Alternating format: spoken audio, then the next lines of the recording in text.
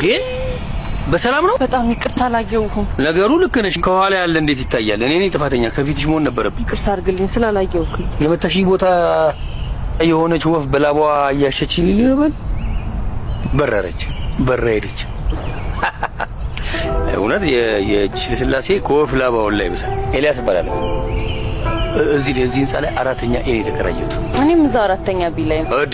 ጎረቤቴ ነሻ። ለማንኛውም ሁሉም ግጭት ወደ ጸብ አያመራም። ድርድርን ያስቀደሙ ሁለት ስልጡን አፍሪካውያን። ለዚህ ደግሞ ደስ ሊለን ይገባል። አልተደራደርንም እኮ ይቅርታ ጠየቅኩ እንጂ ያው ድርድር ሰጥቶ መቀበል አለው ብዬ። እጅ ሰጠሽኝ እኮ። ከእጅ በላይ ምን ይሰጣል? ንጉሳችን አጼ ቴዎድሮስ እኮ እጁን ላለመስጠት ነው ጥይት የጠጡ። እጃቸውን የሰጡ አያቶች የሉም። ልክ ነሽ። እሱ ለሰላምታ እጅ ሰጠ እጅ ሰጠ አይባልም። ከዘራችንም እጅ አንሰጥ። ምን እጅ ያለው የእሳት ሰደድ አያውቅም እንዴ? እንዴ እንደሚያነድ እኮ ነው ያለው አይደል? እውነት ነው። እንዲህ ካሉት ነው የተወለድነው። ግን ደግሞ እሳት አመድንም ይወልዳል። ሁሉም ልጅ ወላጆቹን አይመስልም አይደል?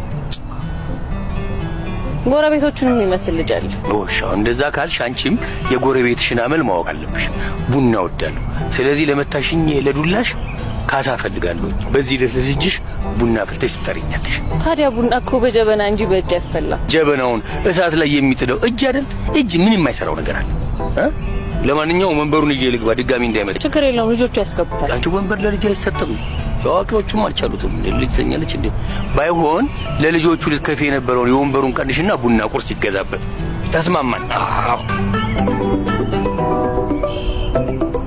ሄሎ፣ ጋዜቦ አደባባይ ጋር ደረስክ? እሺ፣ በስተቀኝ በኩል ወረድ ስትል ሙልሙል ዳቦ አለ። ሁለተኛውን ቅያስ ያዝና ታጠፍ። ወጣ ትቀበልሃለች። እሺ።